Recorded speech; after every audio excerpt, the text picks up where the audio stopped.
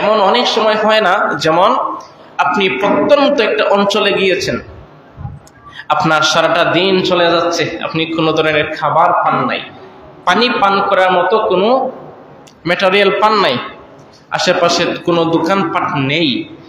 এমন যদি হয় 5 ঘন্টা, 7 ঘন্টা, 15 ঘন্টা, দীর্ঘ একটা দিন কিংবা 1, 2, 3 দিন পার হয়ে যাচ্ছে, অতিক্রম হয়ে যাচ্ছে, আপনি কোনো ধরনের খাবার পান নাই, রিজিক পান নাই, আপনি এই যে উপবাস থাকলেন, এটা কি রোজা? এটা রোজা না, এটা কি উপবাস। তো নবীজি বলেছেন, রোজা পাওয়ার পরেও, সিয়াম সাধনা করার পরেও যে ব্যক্তি মিথ্যা ছাড়তে পারল না, মিথ্যা কার্যকলাপ ছাড়তে পারল না, তার এটা রোজা হবে না, সিয়াম হবে না, এটা হবে উপবাস থাকা। কথা বোঝা যাচ্ছে? ওয়াশরাবাহু, এবং দীর্ঘ সময় পানি পান না করার কারণে সে পানি পান থেকে বিরত থেকেছে, রোজা হয়েছে, সিয়াম পালন করেছে, বিষয়টা এমন হবে না। মিথ্যা না ছাড়ার কারণে বিষয়টা এমন হবে যে পানি পান করা থেকে বিরত থেকেছে। কথা বোঝা যাচ্ছে? তো এই হচ্ছে মিথ্যা না ছাড়ার পরিণতি। আল্লাহ যেন আমাদেরকে মিথ্যা ছাড়ার, মিথ্যা কার্যকলাপ, অন্যায় কাজ, এগুলো রমজানকে ওসিলা করে আমরা যেন সংযত করতে পারি, আত্মসংযম হতে পারি। আল্লাহ তৌফিক দাও, সবাই পড়ে আমিন। সম্মানিত মুসল্লিবৃন্দ, এই রোজাটা আল্লাহ তাআলা কি জন্য আমাদেরকে দিয়েছেন? এই রমজানের রোজাটা এই জন্যই আমাদেরকে পালন করতে হবে। এই রমজানের রোজা যদি কেউ রাখে, আল্লাহ বলেছেন, কামা কুতিবা আলাল্লাযীনা মিন ক্বাবলিকুম লাআল্লাকুম তাত্তাকুন। এই রোজাটা পূর্ববর্তী মানুষদেরকেও দেওয়া হয়েছিল, এই জন্যই রোজাটা দেওয়া হয়েছে, লাআল্লাকুম তাত্তাকুন, যাতে আমরা মুত্তাকি হতে পারি, পরহেজগার হতে পারি, আল্লাহ ওয়ালা হতে পারি। সুবহানাল্লাহ। সম্মানিত ভাইয়েরা, আমরা সবসময় প্রতিদিন রমজানের রোজা শুধুমাত্র রমজান আসার কারণে ফরজ হয়েছে, এছাড়াও আল্লাহর পক্ষ থেকে ফরজ বিধান আমাদের জন্য আছে না নাই? ফরজ বিধান আছে না? নামাজ আদায় করা, এটা কি বিধান? ফরজ বিধান। রোজা রাখা ফরজ বিধান। যাকাত প্রদান করা ফরজ বিধান। এবং হজ আদায় করা সামর্থ্যবান ব্যক্তির জন্য ফরজ বিধান। এই যে ফরজ ফরাইদ গুলো আছে, অন্যান্য সমস্ত ইবাদতের ক্ষেত্রে আল্লাহ তাআলা বিশেষ বিশেষ কিছু প্রতিদান, জাযা, পুরস্কার আল্লাহ দিবেন এই বলে ওয়াদা করেছেন। এবং বিশেষ করে আপনি যদি নামাজি হন তাহলে মিফতাহুল জান্নাতিস সালাহ, জান্নাতে যাওয়ার চাবিকাঠি হচ্ছে নামাজ, ঠিক কিনা? এই ফজিলতগুলা। কিন্তু সিয়ামের ব্যাপারে, রোজার ব্যাপারে আল্লাহ বলেন নাই, বান্দারা আমার যদি রোজা রাখো এই প্রতিদান দেব, বরং আল্লাহ বলেছেন রোজা যদি রাখো আস-সাওমু লি, এই রোজাটা হবে আমার জন্য, ওয়া আনা আজজি বিহি, এই রোজার প্রতিদান আমি আল্লাহ নিজেই দিব। সুবহানাল্লাহ। রোজার প্রতিদান আল্লাহ নিজেই দিবেন, সেটা কাল কিয়ামত দিবসে বোঝা যাবে। এছাড়াও দুনিয়াবি ফায়দা, দুনিয়াবি উপকার আমরা তো পাচ্ছি রোজা রাখার কারণে। বর্তমানে মেডিকেল, চিকিৎসা বিজ্ঞান তার প্রমাণ করছে ফাস্টিং মানে হচ্ছে রোজা, প্রতিটি ধর্মে উপবাস থাকা, উপাস থাকা, ফাস্টিং করা এর বিশেষ গুরুত্ব চিকিৎসা বিজ্ঞান তারা বর্ণনা করছে। তো সেদিকে আপনি চিন্তা করলে দেখবেন যে রমজানের রোজা এটা আল্লাহ তাআলা শুধুমাত্র ইবাদত হিসেবে দেন নাই, বরং এটা আমাদের স্বাস্থ্যকর, সুস্বাস্থ্যের অধিকারী হওয়ার জন্য রমজানের রোজাটা দিয়েছেন। সুবহানাল্লাহ। সম্মানিত মুসলিম ভাইয়েরা, এই রোজাটা রাখলে কোনো ব্যক্তি যদি সায়েম হয়ে যায়, রোজা রাখার কারণে তার আলাদা একটা পরিচয় তৈরি হয়ে যায়। কাল কিয়ামতের ময়দানে আল্লাহ তাআলা 8 ধরনের দরজা শ্রেণী বিন্যাস করেছেন জান্নাতের দরজার। এক একটা জান্নাতের দরজা দিয়ে এক এক ধরনের মানুষগুলি প্রবেশ করবে। কিন্তু রোজাদার যে ব্যক্তি হয়ে যাবে ওই ব্যক্তির জন্য আলাদা স্পেশাল একটা দরজা রয়েছে, রাইয়ান নামক দরজা। সুবহানাল্লাহ।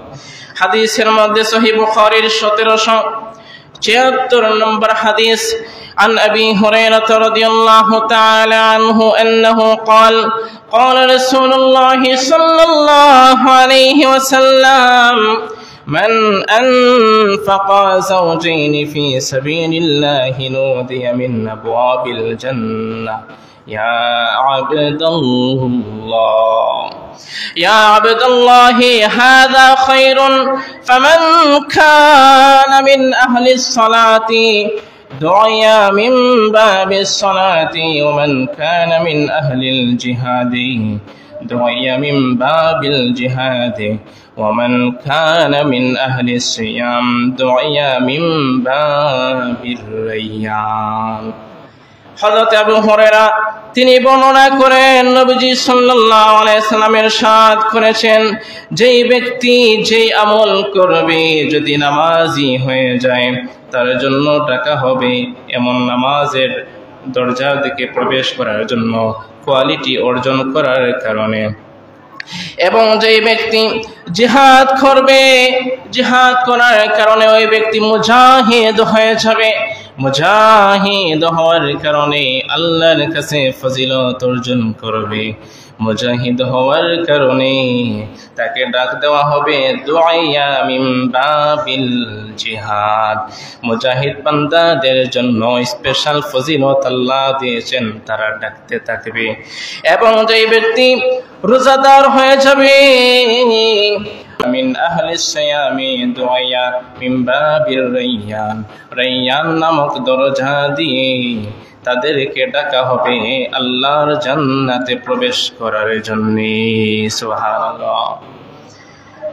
সম্মানিত মায়েরা, শুধু তাই নয়, রোজা রাখার কারণে আল্লাহ সুবহানাহু ওয়া তাআলা বান্দাদেরকে এমন ফজিলত দিবেন হাশরের মাঠে, তাদের আলাদা একটা বৈশিষ্ট্য হয়ে যাবে। সেই বৈশিষ্ট্যের কারণে হাশরের ময়দানের বিভীষিকাময় অবস্থা আপনারা জানেন, হাশরের ময়দানের ভয়াবহ অবস্থা সম্পর্কে আপনারা জানেন। ওই সময়টাতে এমন মানুষ থাকবে তাদের কোমর পর্যন্ত ঘাম বেয়ে বেয়ে পড়বে, ঠিক কিনা বলেন? কোমর পর্যন্ত ঘাম বেয়ে বেয়ে পড়বে। এর কারণ কি? বিশাল দূরত্বের সূর্যটা মাত্র অর্ধ হাত উপরে, মাথার অর্ধ হাত উপরে চলে আসবে। যেই সূর্যটা পৃথিবী থেকে 15 কোটি কিলোমিটার দূরে অবস্থিত, 9 কোটি 30 লক্ষ মাইল দূরে যে সূর্যটা অবস্থান করছে, ওই সূর্যটা মাথার অর্ধ হাত উপরে চলে আসবে। এই গোটা পৃথিবী থেকে 13 লক্ষ গুণ বড় হচ্ছে সূর্য। ওই সূর্যটা হাশরের মাঠে মাথার অর্ধ হাত উপরে চলে আসবে। এই পৃথিবীতে আমরা যে অবস্থান করেছি, গরমের সিজন আসার সময় গরম, প্রচন্ড তীব্র গরম যখন হয়ে যায়, তীব্র রোদ যখন হয়ে যায়, আমাদের শরীর দিয়ে ঘাম বেয়ে বেয়ে পড়ে কিনা? ঘাম বেয়ে বেয়ে পড়ে। কারো কারো শরীর দিয়ে তীব্র পরিমাণে ঘাম বেয়ে বেয়ে পড়ে। প্রিয় ভাইয়েরা আমার, যে সূর্যটা 15 কোটি কিলোমিটার দূর থেকে উত্তাপ দেওয়ার পরেও ঘাম বেয়ে বেয়ে পড়ে, হাশরের মাঠে মাত্র অর্ধ হাত উপরে সূর্যটা থাকবে, ওই দিনের অবস্থা কেমন হবে চিন্তা করে। ঘাম কম থাকবে নাকি বেশি থাকবে? বেশি থাকবে। নবীজি হাদিসের মধ্যে ইরশাদ করেছেন, এমন কিছু বান্দা পাওয়া যাবে তাদের গুনাহের তারতম্য অনুযায়ী ঘাম বেয়ে বেয়ে পড়বে। কিছু মানুষ থাকবে তাদের গুনাহের তারতম্য অনুযায়ী ঘামের পরিমাণ হাঁটু পর্যন্ত হয়ে গিয়েছে। আবার কিছু মানুষ পাওয়া যাবে কোমর পর্যন্ত ঘাম হয়ে গিয়েছে। আবার কিছু মানুষ পাওয়া যাবে বুক পর্যন্ত ঘাম হয়ে গিয়েছে। আবার কিছু মানুষ পাওয়া যাবে তার নিজের ঘামের মধ্যে সে সাঁতার কাটতেছে। আল্লাহু আকবার।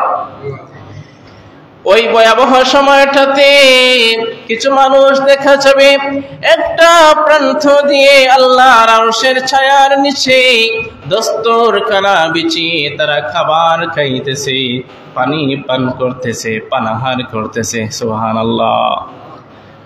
আল্লাহর কিছু বান্দারা প্রশ্ন করবে, রে আল্লাহর বান্দারা, তোমাদের পরিচয় কি?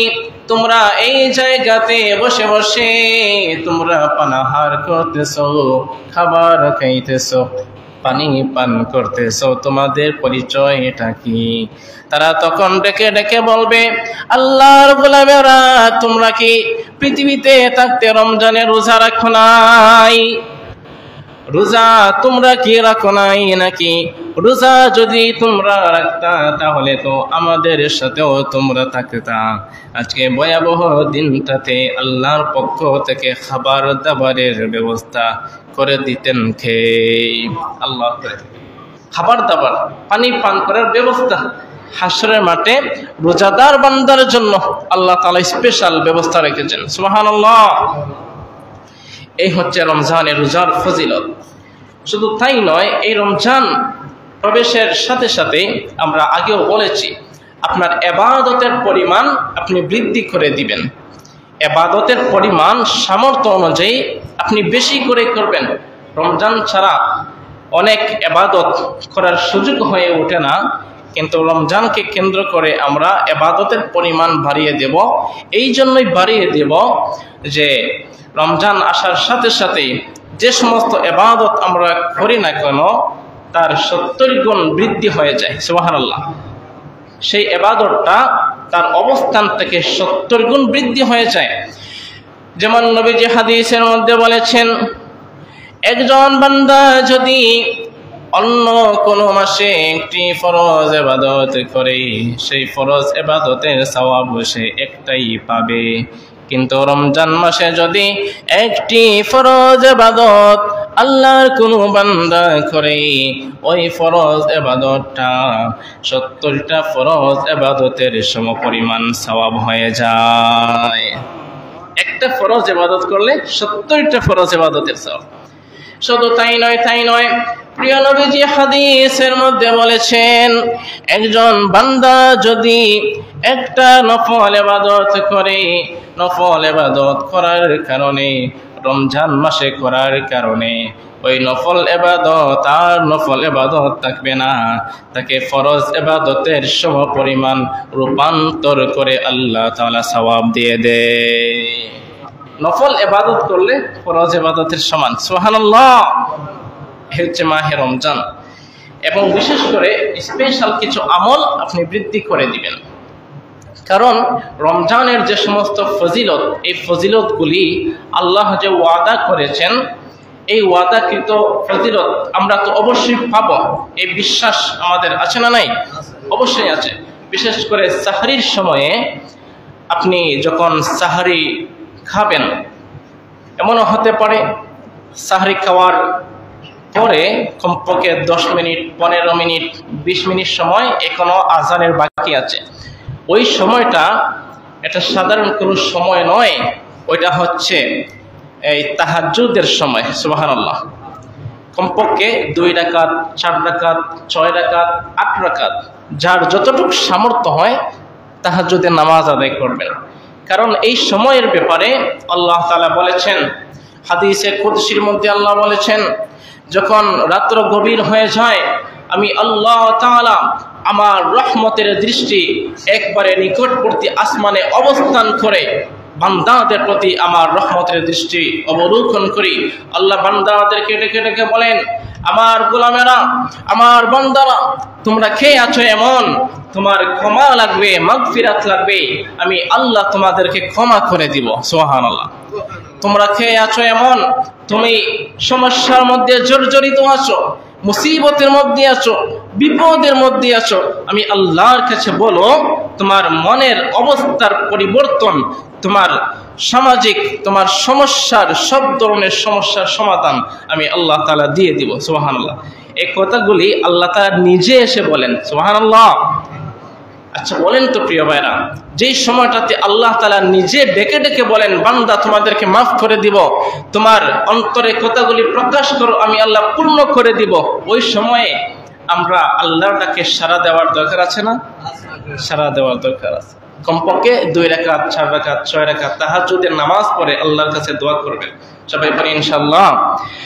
এই সময়ের ব্যাপারে রব্বুল আলামিন বলেন, وَمِنَ اللَّيْلِ فَتَهَجَّدْ بِهِ نَافِلَةً لَكَ عَسَىٰ أَن يَبْعَثَكَ رَبُّكَ مَقَامًا مَحْمُودًا। وَمِنَ اللَّيْلِ নবীজিকে আল্লাহ বলেন, হে পেয়ারা হাবিব, রাত্রি বেলা যখন হয়ে যায়, রাত্র যখন আচ্ছাদিত হয়ে যায়, ফাতাহাজ্জাদ বিহি, রাত্রি শেষের সময়ে আপনি তাহাজ্জুদের নামাজ আদায় করেন। ফাতাহাজ্জাদ বিহি, তাহাজ্জুদের নামাজ আদায় করেন। নাফিলাতাল লাকা, এই নামাজটা আপনার জন্য নফল নামাজ। এই নামাজটা ফরজ কোনো নামাজ নয়, এই নামাজটা হচ্ছে অতিরিক্ত একটা নামাজ। কিন্তু এই নামাজটা যদি পড়া হয়, আসা আইয়াবআসাকা রাব্বুকা মাকামান মাহমুদা, আশা করা যায় আপনার রব, আপনার পালনকর্তা আপনাকে সম্মানিত একটা জায়গা উপহার দিয়ে দিবেন। সুবহানাল্লাহ। মানে এই আমলটা যদি করা যায়, এই কাজটা যদি করা যায়, সম্মানিত একটা জায়গা, রেসপেক্টেড প্লেস, এমন একটা সম্মানজনক জীবন আল্লাহ উপহার দিবেন। এই জন্যই দেখবেন প্রিয় রাসূল সাল্লাল্লাহু আলাইহি সাল্লাম যখন সারাটা রাত, রাত্রির বেশিরভাগ সময় দাঁড়িয়ে দাঁড়িয়ে নামাজের মধ্যে কাটিয়েছেন, সিজদার মধ্যে কাটিয়েছেন। আম্মা জান আয়েশা বর্ণনা করেছেন, আমার নবীজি, আমার রাসূল এত তীব্র পরিমাণে নামাজ করতেন, দীর্ঘ সিজদা করতেন, নবীজির পায়ের গোড়ালি ফাটল দিয়ে পানি বের হয়ে যেত। সুবহানাল্লাহ। আল্লাহর কাছে এত প্রিয় হয়েছেন আল্লাহ তাআলা সেই নবীজিকে, যেই ঘরে নবীজি এতিম হিসেবে জন্ম নিয়েছেন, অথচ সেই রাসূল একসময় রাষ্ট্র পরিচালনা করেছেন। ঠিক কিনা বলেন? আমরা সেই রাসূলের উম্মত হয়ে আমরা নবীজিকে